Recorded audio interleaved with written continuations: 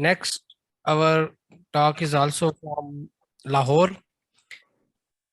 Dr. Adnan Tariq, who is the consultant neurologist at Pakistan Institute of Neurosciences, Lahore, Punjab Institute of Neurosciences, Lahore. He will be sharing his experience of MS patients.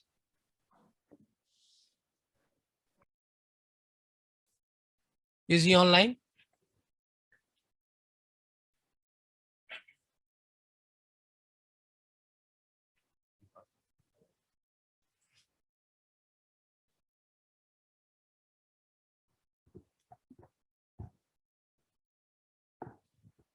Connected or not?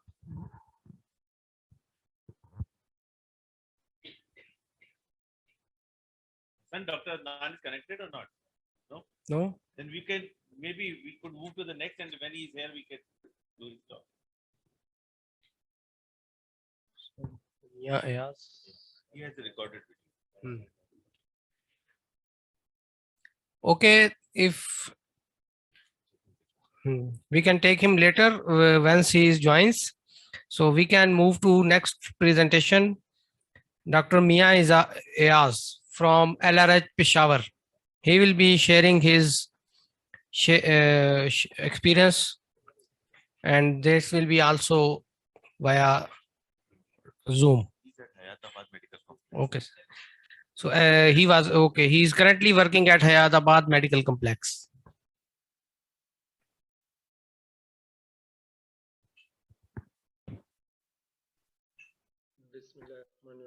Assalamu alaikum. I'm Dr. Azul Haq, one of the consultant neurologists working here in Hyderabad Medical Complex. First of all, I'm thankful to the organizers for asking me to share my experience of central demyelinating disorders in Peshawar. Go to the next slide. So I must admit this was the most difficult task and talk of my life. As we know that there is no confirmed incidence and prevalence of the neurological disorders known here in Pakistan, the whole Pakistan. There is no database or registry that we have for these disorders in Peshawar. In the data which is I'm sharing, that's personal experience. It won't be that reliable, I must say. There are two types of demyelinating disorders: multiple sclerosis and NMO spectrum disorder.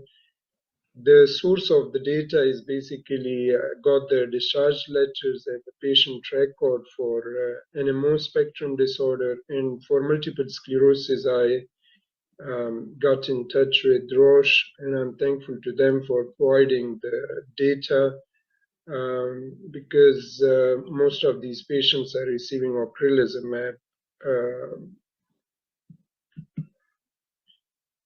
There are certain points that we should keep in mind.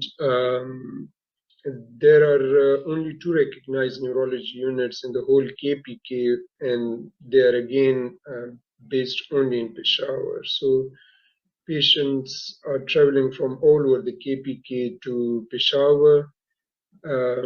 It's a vast area, and patients from Afghanistan, they also cross over to Pakistan.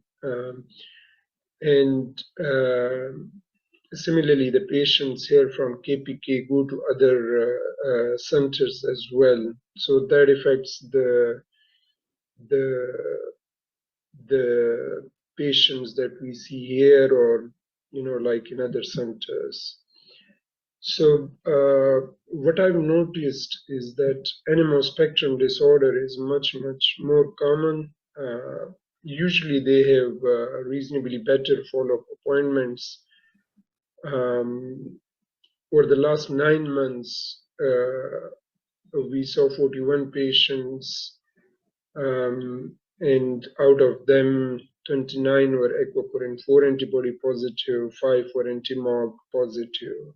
7 patients had dual antibody negative status, but they were fulfilling the criteria for NMO spectrum disorder, and there were no other diseases diagnosed in these patients, and they had good response to the treatment regime which we usually give in the NMO spectrum disorders. In terms of multiple sclerosis, the patients who received ocrelizumab, there were 34 patients as a whole since the ocrelizumab came into effect over here in Peshawar. Out of them, 30 patients are male, 4 had primary progressive MS, and 24 were female patients. 3 had primary progressive multiple sclerosis. The other patients had relapsing remitting multiple sclerosis. The problem with the follow-up over here is that, if the patients do not get any better, they may not come back, or like if they pass away or if anything happens to them, we don't know unless and until the patients come back for the follow-up appointment. So there are real issues in terms of following up these patients. Now, there are 4 patients who had stable relapsing remitting multiple sclerosis, and they're really stable on azathioprine. A couple of patients had tumefactive multiple sclerosis, and interestingly, they were very unwell when they came in. Typical radiological findings of tumefactive multiple sclerosis. They required plasmapheresis in the beginning, but then since then they've been stable on azathioprine. They're doing very well.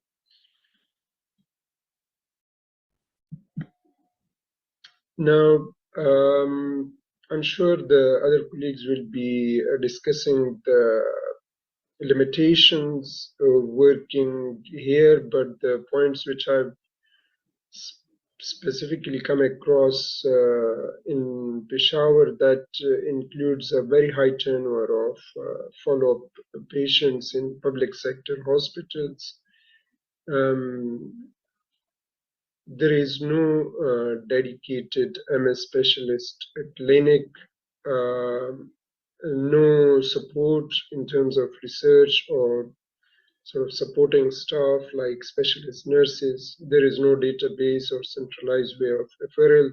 Some of these patients are seen by the neurosurgeons or the medical colleagues. So it's the patient choice, or like if somebody refer the patient to the neurology team. The limited resources and poverty is a huge problem, even if you're doing CSF or oligoclonal bands. You need to know whether the patients can afford it or not, because they will be asking how much does that cost. Late presentations, then as we mentioned, follow-up appointments, it's not in our control, which can be improved. And in terms of patient support, there is no support the one which would be really useful is that, like contacting the patients at home, etc., which isn't available over here. So I'm sure the colleagues will be discussing how we can improve the shortcomings, because whenever there is a problem, there is always a way out. But I feel a proper database and registration is the key. But these steps should be taken from the provincial and central government level. Otherwise, it's, like at personal level, I feel it's short-lived. So that's the end of my talk. Again, I'm thankful to my colleagues, and sorry I couldn't join you in person because of certain commitments over here. Thank you very much. Thanks, bye.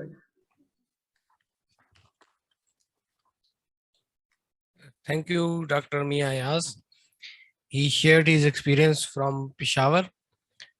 Now we'll move to the next talk. Dr. Haris Majid. He is assistant professor of neurology at Pakistan Institute of Medical Sciences, Islamabad. He will be sharing the experience from PIMS, Islamabad. So there is some technical issue with the presentation. So we'll ask Dr. Waqar Hafeez. He is a consultant neurologist and diplomat, American Board of Neurology and Psychiatry. He will be sharing his experience from Islamabad, Maroof International Hospital.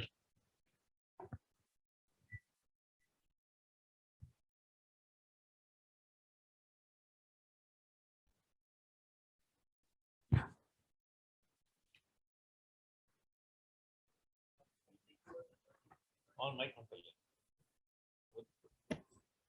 Hello, can you hear me? Assalamu alaikum. Thank you very much for the invitation. And on behalf of Maroof International Hospital, I'll be presenting the data of the patients I've seen over the last 4 years. So let's start. Next slide. I haven't seen any NMO spectrum disorder so far in the last 5 years, I would say. And the most common patients I've seen is multiple sclerosis, in which relapsing remitting multiple sclerosis is the most common type that I've seen. Next slide. So again, the most difficult part was to gather the data of the patients that I've been seeing. The electronic medical record helped me with it, and my own personal record of the patients helped me with it. But I think I've missed at least 5 or 6 patients in this list, just because I couldn't find the data for them. And so I have 10 patients with RRMS and 1 patient with progressive MS. Like I said, total patients may be something like 16 or 17. And so the most of my patients are on disease modifying therapy. Only 1 of the patient chose to be on surveillance. And then 2 were lost to follow-up. So 8 on ocrelizumab and 1 on rituximab. Next slide, please. Most common initial presentation of the patients was acute flare, and was after imaging was found to have relapsing remitting form. Again, the most common and the most common initial diagnosis was RRMS. Most common presentations were unilateral numbness or weakness. Interestingly, headache was extremely common in my patients. Vision abnormalities was also one of the, but the most common presentation was the numbness, unilateral, or the weakness. There was only 1 patient requiring CSF along with the MRI to complete the McDonald's criteria or the complete diagnosis. And most common therapy offered was ocrelizumab. The longest treatment duration so far is 1 patient with 3 years, and most of them roughly around 2.5 to 2 years of therapy. Most of my patients pay out of pocket. I have at least 2 patients who have insurance covering them, including ocrelizumab.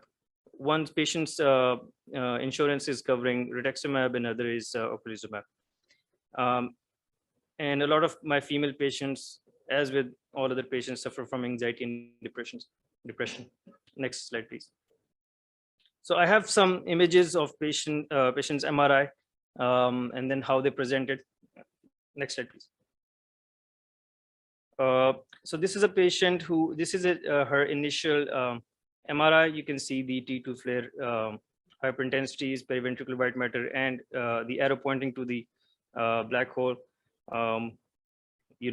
fulfilling the criteria of dissemination in time and space. And then this one on the right lower quadrant, there is a with contrast image, which does not show any acute enhancement. Next slide. The presentation of this patient was history of migraine, and then she presented with 5 days history of numbness and tingling in right side of face, arm, and tongue. involvement of the tongue, and the whole right side prompted us to do the imaging, and she wasn't able to chew or swallow things. Next slide. And this MRI is kind of corresponding to her symptoms. Not all of them, but some of them. Next slide. And so the same patient, she had some trouble with chewing and numbness on the right side of the tongue. The arrows are pointing to the lesions in the brainstem. Next slide. Next. This is a young lady, 22 years of age. She presented with vision symptoms, right hemianopia along with the zigzag lines. Initially, I diagnosed her with migraine because she also had a headache. But then since the symptoms were persistent for more than 24 hours, actually they lasted for 3 days. So that prompted me to do an MRI, and that led to the diagnosis of acute MS flare. At this time, I actually had made a diagnosis of clinically isolated syndrome, but then a repeat MRI, higher resolution 3 Tesla, brought about the other lesions that precluded clinical isolated syndrome from being diagnosed. Next slide. So she had tinnitus, migraines, flashing lights, blurry vision. Interestingly, her visual fields were normal. Next slide. Next. This is the same MRI of the patient. You can see in the left frontal white matter just next to the caudate head. You can see a white matter lesion on 3 Tesla MRI, which is not enhancing, and therefore it was not a CIS. Next slide. Another patient, AH. Next slide. Next. This was the presentation. Tingling in hand and feet for the last 3 weeks. Never happened before. MRI done at an outside hospital or place showed the typical findings. Can you go back, please? Go back. So these were her lesions, periventricular, and then infratentorial, including the medulla and the left midbrain. Let's go forward.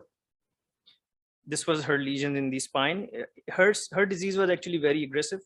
And this is on the left is T2 and then T1 with post contrast. Similarly, the same lesions in the cross section. You can see faint enhancement on the posterior aspect of the cord on the left, on the rightmost. Next slide. Her symptoms were tingling. Go back. Her symptoms were tingling in hand and feet, and so and on both sides, prompted me to do the MRI of the C-spine before the MRI of the brain. Next. Similarly, this is a patient who did not fulfill the McDonald's criteria, so I had to do the CSF, and that was positive for the oligoclonal bands. Next. And his symptoms were numbness of the right hand and right foot. Next slide. Next slide. This patient only had the films, so this is a limited information of this patient I had. I did not find the MRI of the brain for this patient, but she had both the typical periventricular white matter lesion as well as the cord lesions, as you can see. Next slide. And her symptoms were blurry vision, imbalance, weakness or numbness. And that is pretty much it. Next slide. This is an interesting patient because on the this patient actually got an MRI and then came to me with this MRI. In fact, it did not show very typical lesions. It only showed subcortical lesions and I would say no periventricular lesion. And then I had to do the MRI. I think it was still a 1.5 Tesla, not a 3 Tesla, but it in fact showed the pontine lesion causing internuclear ophthalmoplegia. The only symptoms this gentleman had was bilateral internuclear ophthalmoplegia, basically double vision, presented with double vision. Next slide. Dizziness, vertigo, double vision. His main complaint was double vision. Next slide. And so you can see in the pons, there is the faint line in the middle of the pons causing the, affecting the MLF and causing internuclear ophthalmoplegia. Next slide. So I have a total of 11 patients. Diagnosis of RRMS on presentation, 11. None of my patients were with the radiological isolated syndrome, and none of them were clinically isolated syndrome. And just the fact that I use a higher resolution Tesla MRI made them RRMS. Otherwise, if I had used a low resolution, probably I would have labeled them as clinically isolated. All of my patients got MRI. 8 of my patients are on ocrelizumab. 1 is on rituximab. 1 is on glitarimer acetate. She went back to UAE. Patients not on any treatment. 1 of them is not on any treatment to date. She was diagnosed, I think, 3 years ago. And mean age at the presentation is 33, ranging from 22 to 44. 77% were female, 33% males. One person, like I said, chose surveillance. 2 were lost to follow-up. Patients with decrease in burden, I would say 1 is not, maybe 2 out of 9 patients actually showed a decrease in burden, disease burden, and 1 was, rest of them were with stabilized disease. Was the last slide? I'm not sure. Okay. So I have just put up 2 MRIs just to show how my patients responded. The upper row is the MRI of the patient before I started ocrelizumab, and the lower row in the same slices, you can see that the lesions have actually regressed. Next slide. Similarly, this is another patient who showed extensive white matter lesions in the C-spine, and after the ocrelizumab, this was, I think, 2 years after the first MRI, and so you can see that the great reduction in lesion burden. Next, that would be it. Thank you. Any questions? Thank you, Dr. Waqar, for sharing your experience. Any questions? Okay. So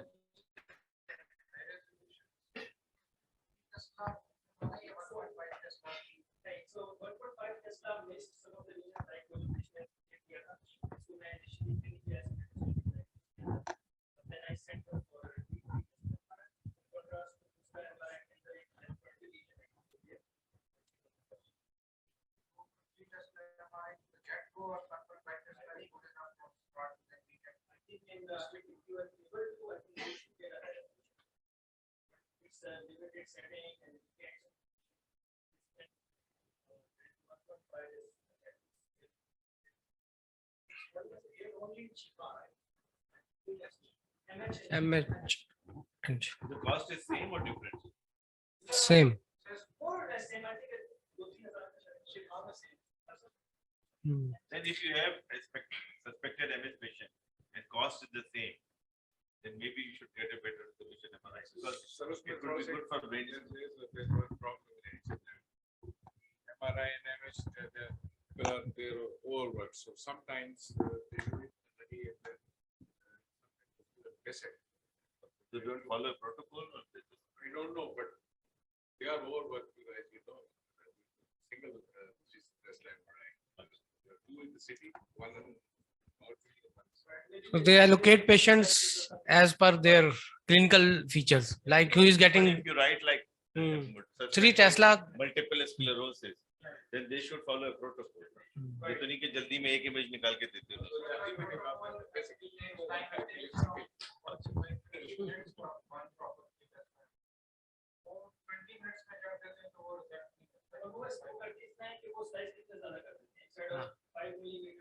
वैसे mix हो जाती है.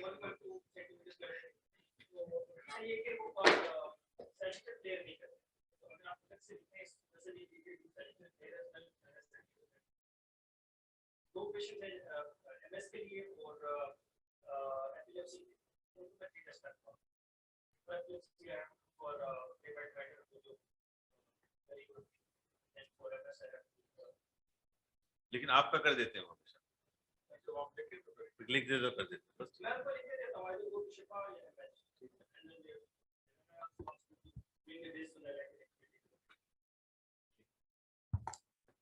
Thank you. Now, Dr. Haris Majid, he will be sharing his experience from PIMS Islamabad.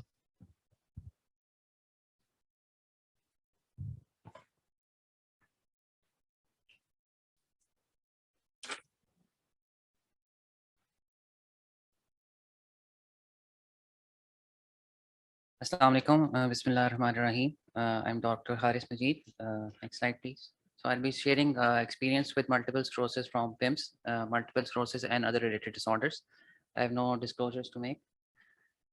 So a little bit of introduction about PIMS. It's the biggest public sector hospital in Islamabad and Rawalpindi, and it's been functioning since 1985-86. It's spread over a huge area of 140 acres with over 1,200 beds. Next. Then our department, which is the neurology department, consists of 8 consultants. We have a residents, neurophysiology lab, and a plasmapheresis service. So MS experience at PIMS, we started record keeping of all CNS demyelinating patients suspected or confirmed since January 2017. 2 important diagnostic tools became available around that time, which was NMO antibody testing, which became locally accessible in 2016, and MOG antibody testing became available in August of 2018. Next. So we conducted training sessions amongst our own department for appropriate application of the diagnostic criteria for MS, which was updated in 2018, and the NMOSD neuromyelitis optica spectrum disorder criteria, which was published in 2015. And we also addressed treatment aspects with respect to the available options and how to formulate a treatment strategy for our patients. Next. So I'll be sharing some details of the diagnostic and treatment data that we came across. So diagnostic data was patients were screened to be included for CNS demyelinating disorders between January 2017 and 10th of December of this year. So this formal data collection procedure was done prospectively and also retrospectively for patients who were already diagnosed of having a CNS demyelinating disorder. All patients diagnosed or suspected were considered for inclusion, and patients were included both from the outpatient setting and from the emergency setting. And pediatric patients were not included, and patients of both genders were included in our data collection. Next. So we screened a total of 435 patients for suspected CNS demyelination, out of which 365 patients were confirmed to have a CNS demyelinating disorder, whereas 70 patients had other diagnosis. And the breakup of 365 patients was of MS, clinically isolated syndrome, neuromyelitis optica spectrum disorder, MOG antibody associated disease, recurrent disease, which was not fulfilling the criteria for any of the above, and acute disseminated encephalomyelitis in 5 patients. Next slide. So a total of 188 patients were confirmed to have multiple sclerosis. And out of these 188, the major chunk was of relapsing remitting multiple sclerosis in 139 patients. 32 patients had secondary progressive multiple sclerosis, and only 17 patients had primary progressive multiple sclerosis.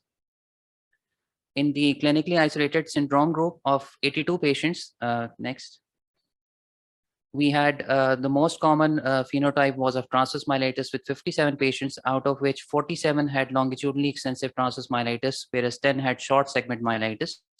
22 patients had optic neuritis. 2 patients had multifocal presentation of simultaneous optic neuritis with transverse myelitis, and 1 had involvement of optic radiation with the visual, who presented with a visual field defect. Next. 70 patients were of neuromyelitis optica spectrum disorder, out of which, next slide, please. 61 were seropositive, and 9 patients were seronegative for neuromyelitis optica. Next. And 2 patients had associated SLE, and 1 patient had associated myasthenia gravis. These were the associations for neuromyelitis optica spectrum disorder. And we had 11 patients of MOG associated disease, and 6 of these 11 patients had a monophasic presentation, whereas 5 had a relapsing presentation. Next. And the most common presentation was with transverse myelitis. In the monophasic group, all patients had transverse myelitis, either longitudinally extensive or short segment myelitis. 1 patient had brainstem involvement, 1 patient had additional optic neuritis, and 2 patients only had longitudinally extensive transverse myelitis. And in the relapsing group, 3 patients were found to have chronic recurrent inflammatory optic neuropathy. This was in 3 patients, and the other 3 patients had transverse myelitis, 2 with LETM, and 1 patient with a short segment myelitis. Next. So 10 patients had recurrent disease, which was not fulfilling the criteria for any MOGAD, NMOSD, or MS. And out of these 10 patients, 1 had recurrent optic neuritis, And the remaining 9 patients, and this one patient who had recurrent optic neuritis was negative for both MOG and NMO antibody testing. And 9 patients had recurrent transverse myelitis, out of which 3 were having longitudinally extensive transverse myelitis recurrent disease. Next.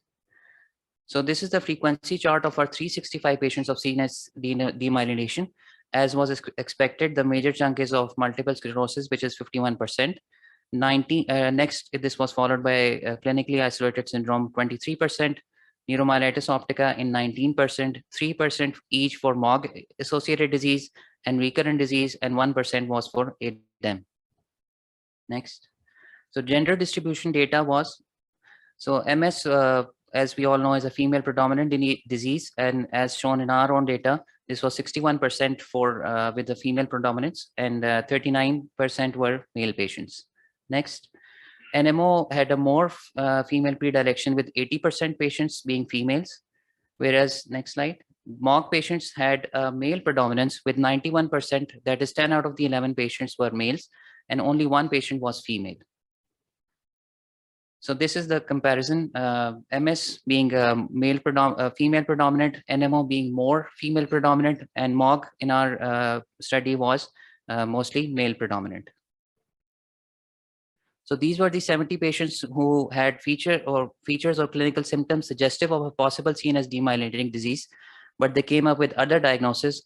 So 4 patients had CNS tuberculosis, 5 had radiologically isolated syndrome, 2 patients had idiopathic hypertrophic pachymeningitis, 1 had CNS lymphoma, 2 had eye involvement, 4 in fact had eye involvement due to ischemic optic neuropathy, 1 had leukodystrophy, 2 patients had AV fistulas, 1 migraine, and 2 patients had functional neurological disorder. Next. So the treatment data, the treatment challenges are multiple in our patients. There are limited options available. Treatment is costly. There is lack of experience with the available options. There is lack of financial support mechanisms, and the existing support mechanisms in the form of Bethelmal and other welfare organizations are limited. And there is also a problem of late presentation with advanced disability. So the approved options that we have available for us include beta interferon, which has recently been withdrawn from the market, teriflunomide, ocrelizumab, alemtuzumab, and mitoxantrone is occasionally available. And amongst the off-label options which are commonly used in our setting include rituximab, monthly methylprednisolone is also frequently used in our region, leflunomide, cyclophosphamide, and azathioprine is also quite often used.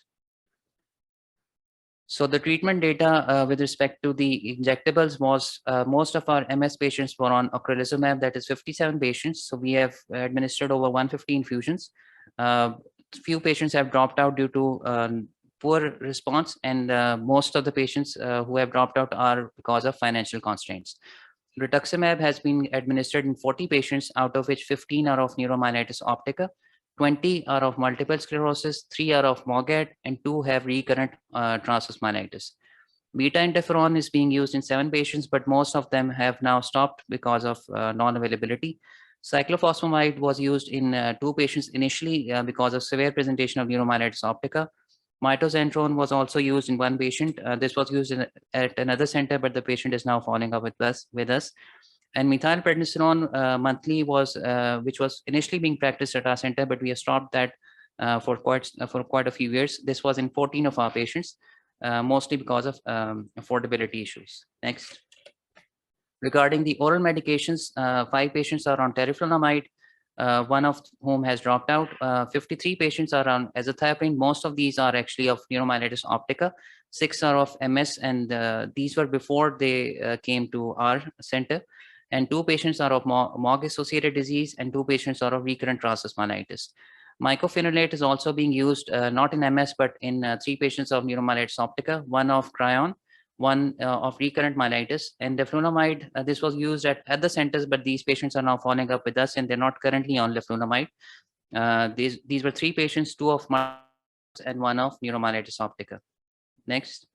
So other medications which patient acquired through, because these are not available in our country, they acquired through during their stay abroad. These included peginterferon, glatiramer acetate, cladribine, tecfidera, and fingolimod. Next. So the last slide, plasmapheresis was also used in acutely in our patients. Most of these patients, which is 45 out of 44 out of the 45 patients were administered plasmapheresis because of primary transverse myelitis. One was given because of optic neuritis, and it was mostly utilized in neuromyelitis optica patients, which is 22 patients. Clinically isolated syndrome, 10 patients, 6 patients of multiple sclerosis, 3 of MOGAD, and 3 patients of acute disseminated encephalomyelitis. Jazakallah khair. Thank you.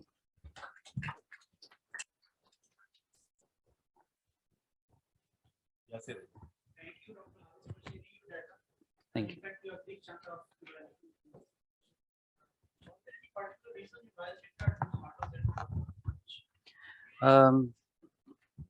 First reason, it's not routinely available. The 2 patients that we have used, we have included one in our study.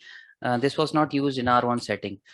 Secondly, currently it's not that much recommended, especially with the availability of the other CD20 agents. So those are the 2 main reasons: non-availability and lower recommendation status.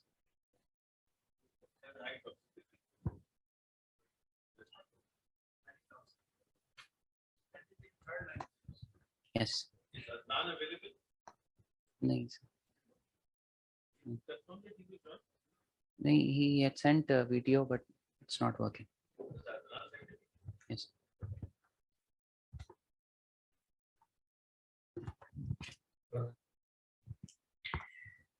Now we will move towards next presentation. Dr. Zarah Shah, she is a research fellow from Aga Khan University, and she will be sharing data from Karachi, which is from Aga Khan University.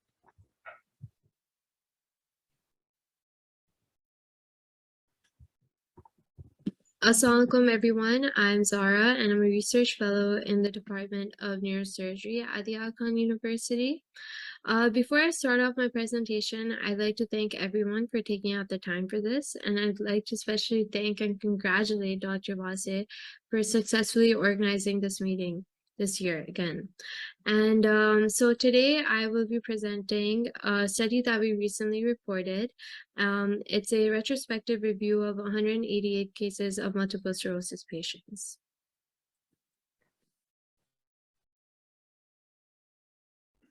In relation to this presentation, I have no conflicts of interest.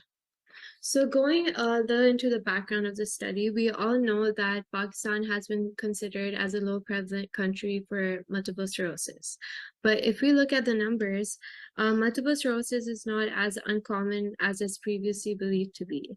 And if we look at the numbers, approximately 10 out of every 100,000 people in Pakistan have multiple sclerosis. But considering how common the disorder is, there isn't a lot of data that reports on it. And if we look at the existing studies, they're limited by small sample sizes, and most of them report the demographics and clinical presentations of MS. So there isn't a lot of data reporting the treatment received by MS patients in Pakistan and the treatment outcomes of these patients. So that was kind of one of our aims of the study. We really wanted to see what treatment or what treatments patients have been receiving in the past and what kind of treatments they're receiving currently. But if we generally see, we know that steroids are one of the most common treatments that are received by multiple sclerosis patients all over the country. Now, we did a retrospective review of patient records diagnosed with MS at the Aga Khan University and at the Pakistan Institute of Medical Sciences, Islamabad. And we did this from December 2019 to September 2020. And we included patients who were 18 years and older and had a confirmed diagnosis of MS based on the McDonald's criteria and had complete medical records. And in the end, we had a total of 188 patients who were included in the study. So this is the first table of the results, and this is the demographics and disease characteristics of these patients. So the mean age of the patients was around 31 years, and there was a higher ratio of females, which is pretty much expected. So around 63% of the patients were females, and 37% of the patients were males.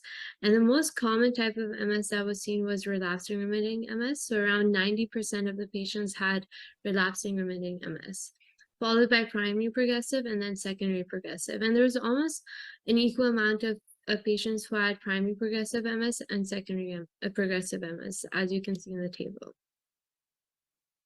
Now, talking about the MRI characteristics, so the most common finding on the T2 or FLAIR MRI was the presence of multiple foci, so in around 69% of the patients, and the most these were mostly seen in the periventricular region, so in around 52% of the patients, and in 49% of the patients, it was seen in the juxtacortical region.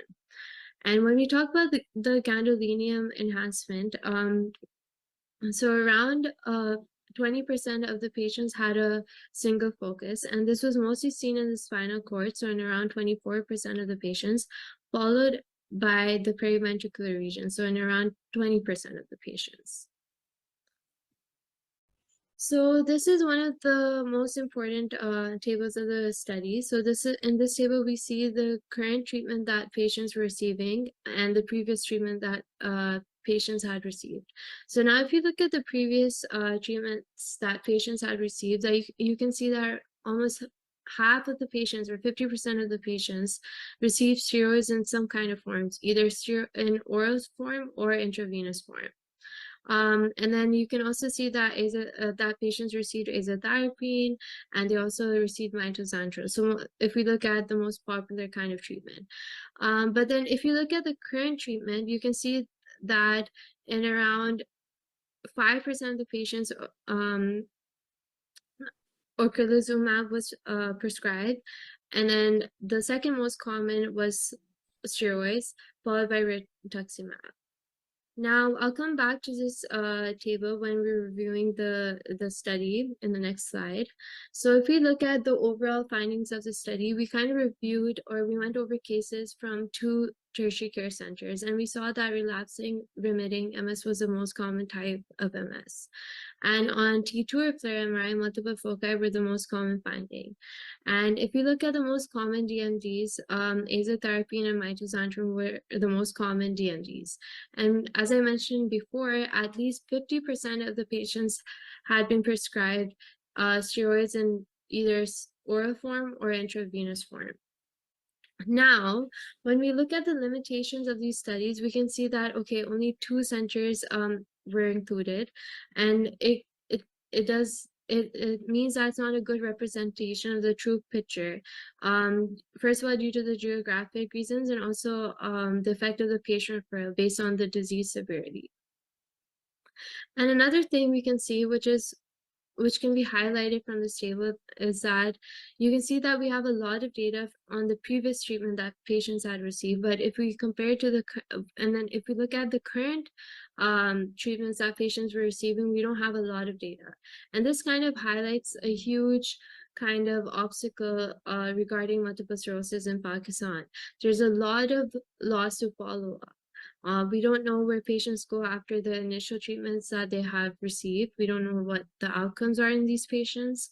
And that's due to a lot of issues. It could be due to, affordability. It could be due to accessibility. So that's where the whole importance of a database or a registry is highlighted. This is why we really need one, and which is why if the current registry will be very, very helpful, because it'll kind of solve this kind of missing data that we have. So with that, I'd like to especially thank Dr. Vase for giving me the opportunity to work on these projects, along with providing me the guidance to take them to completion. And I'd also like to thank the rest of my colleagues who have worked on these projects and helped me making them successful. With that, I'd like to end my presentation and thank you all for taking out the time for this, and I hope all of you have a great day.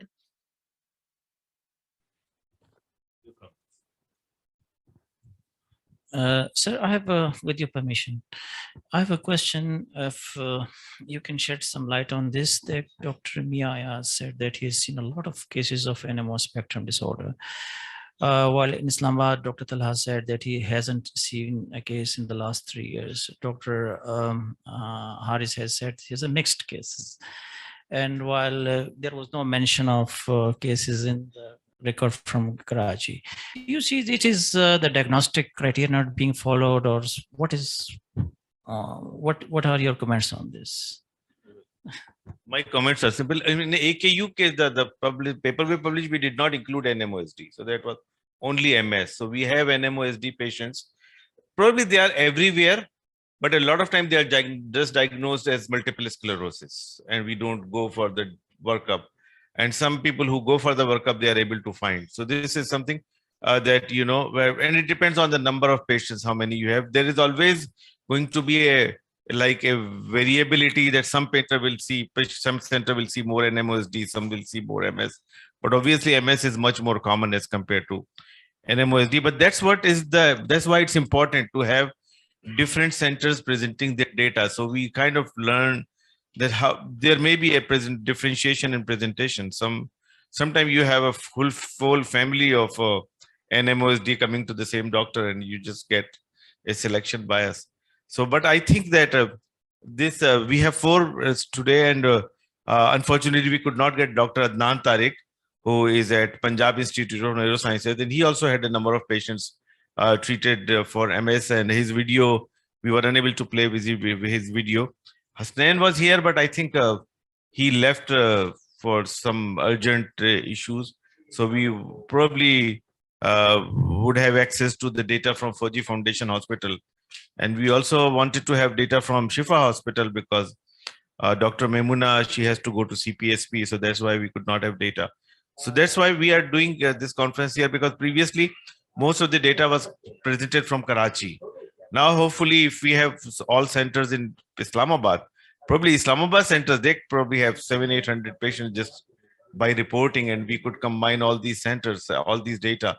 So that would be a great thing. So I think this is good that all centers, and even in private practice, just like you are doing a clinic, and so if all the doctors, they could present some data, maybe 3 patients, 5 patients, 10 patients, then we will be able to combine the data and present in a more scientific manners. And that's what the whole purpose of this conference is, to kind of increase interest in data sharing, data collaboration. And this is what makes us understand the disease more. And if we learn more, I think we will be able to handle it much better way. So this is my Dr. Mazhar Basha. There's no doubt we all are seeing the demyelinating diseases of different spectrum. But we recently started this, that the patients who are not responding, or you are doubtful about the diagnosis on neuroimaging, we go for the antibodies and serology or things like that, or ENA profiles. So I think once that trend sets in, we'll start picking up the patients. It is the MRI and then the other tests that we are doing. In Peshawar, I think Dr. Ayaz has started just lately, 9 months is too early for that. And Dr. Irfan has started recently. So I think we will be seeing a lot more patients from that area as well, because we are seeing number of patients that, well, even in my private practice, I'm seeing a lot who are coming there. We are diagnosing them here. We are following them up there. So disease is quite well there as well. But it is just a matter of time. So Ayaz is here, Irfan is there. And so I think it is just a matter of time. Next year when you present, they will have a lot of patients. Every place where there's a neurologist and there's the MRI, there is MS. Sir, can I add one thing? Sir, I'm from Peshawar also. Actually, we do see. No, I'm from Khyber Teaching Hospital. No, Khyber Teaching. Yes, sir. Actually, we do see these patients from Afghanistan as well. Can you present your data a little bit? Yes. When Dr. Harris told me about this, that if you have some patient data. So after that, in just 2 months time, I have collected my data. We have actually seen 12 patients in these last 2 months. I think 5 or 6 are them from Afghanistan. And these NMO spectrum disorder are quite common over there, because in my 12 patients, 4 of them are NMO spectrum disorder. So it's quite common. Or I think the reason is that maybe there's some geographical differences as well, because we see these patients a lot from Afghanistan, and our KP patients, mostly they also come to PIMS Islamabad. So our data is including KPK and Afghanistan. I think this may be the reason that we do see these patients.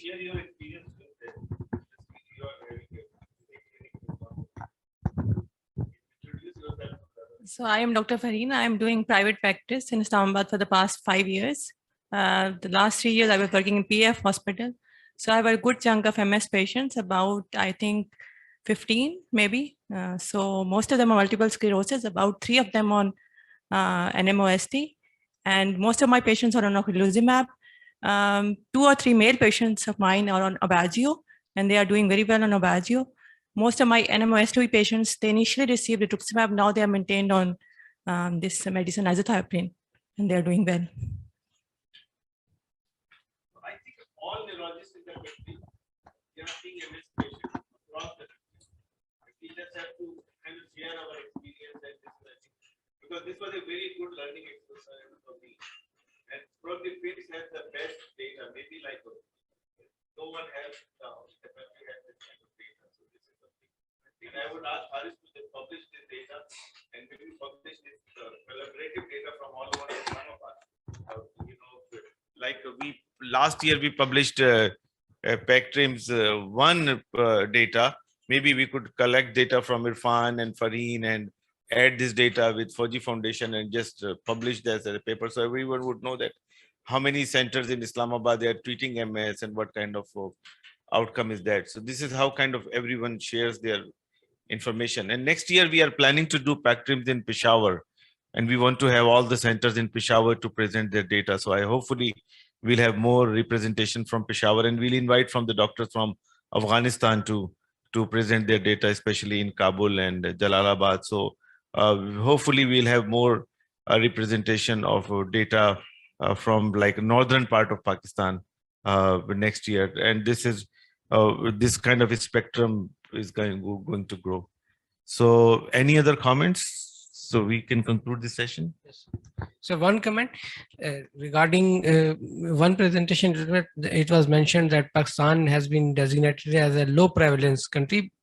What I think, and you also you may have noticed, that this is because of the underdiagnosis. Previously, whenever we got a CT scan and patient had a finding, we labeled that as a stroke.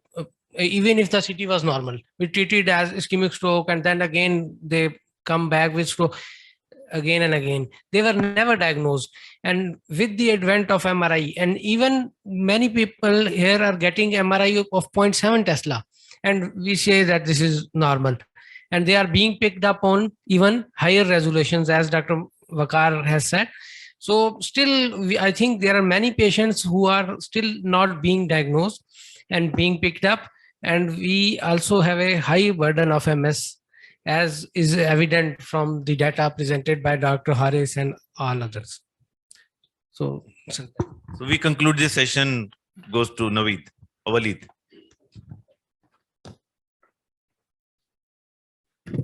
Okay, we will now proceed for lunch and prayer break, and then we will proceed with the session 3 at 1:50 p.m. So kindly proceed for lunch. Thank you. Bismillahirrahmanirrahim. I'm Dr. Zishan Munawwar, final year resident from Pakistan Institute of Medical Sciences, Islamabad. We're now starting our 3rd session for the day. For this session, the chair is going to be Dr. Yasir Mahmood, who's a neurophysician with both national and international experience, and currently working as head of department in neurology department of KRL Hospital, Islamabad. Our co-chairs are first Dr. Fareen, who is also a neurophysician currently working in Islamabad, and Dr. Waqar Hafeez, who is a diplomat American Board of Psychiatry and Neurology, working in Maroof International Hospital. Please, sir.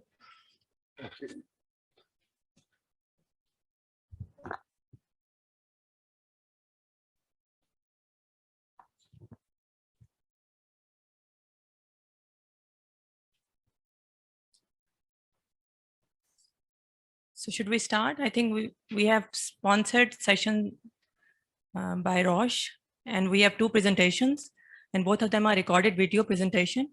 So our first presenter is Dr. Rumaiza Hussain Al-Jafil. She is from Saudi Arabia, and she has done McDonald's fellowship in multiple sclerosis. So let's start our first presentation.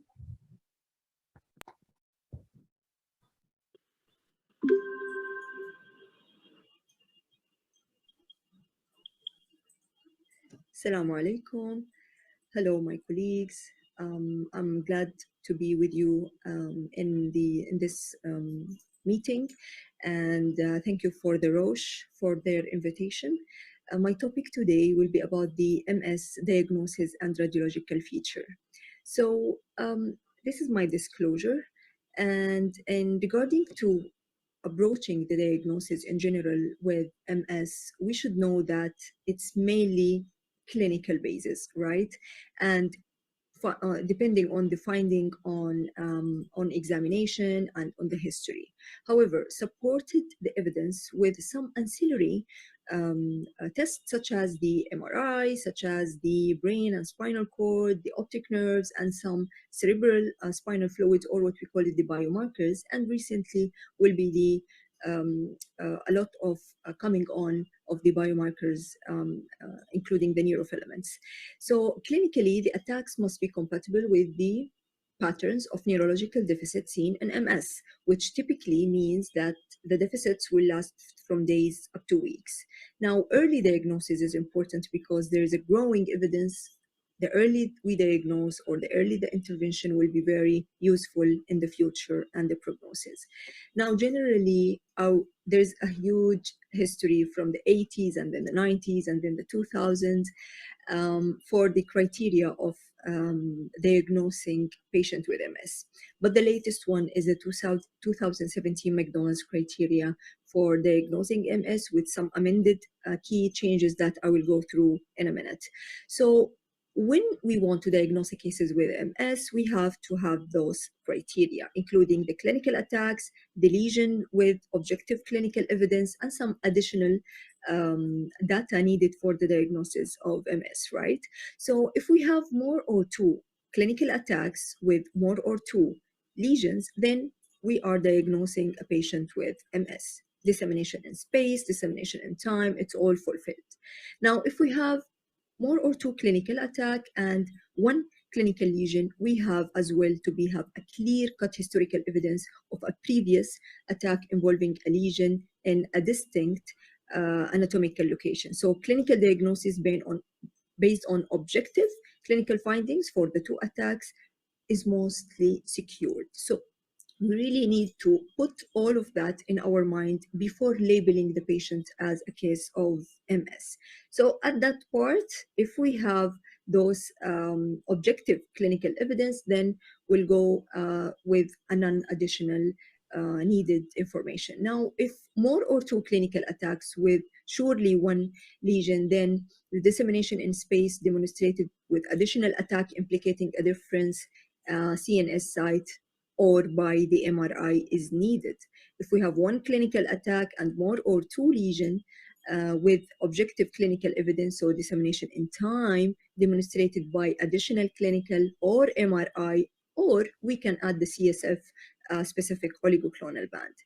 If we have 1 clinical attack and 1 lesion, so dissemination in space, dissemination in time, MRI, and also the CSF oligoclonal band will be all needed before labeling our patient as a case of MS.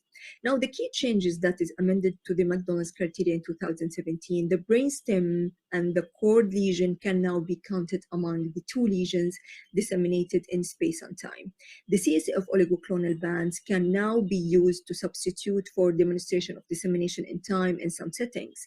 Both asymptomatic and now symptomatic MRI lesions can be considered determining the dissemination in space. Now, optic nerve lesions are still excluded. However, in the latest Experience, there was a lot of debates regarding including the optic nerve with all the data within the optic nerve. So not only the clinical such as the red desaturation test, but also we need the visual evoked potentials. Even we need the OCT. Even we need the optic nerve lesions. So there is a lot of debates in regarding to including the optic nerve within the area. However, so far those are the key changes. The cortical lesions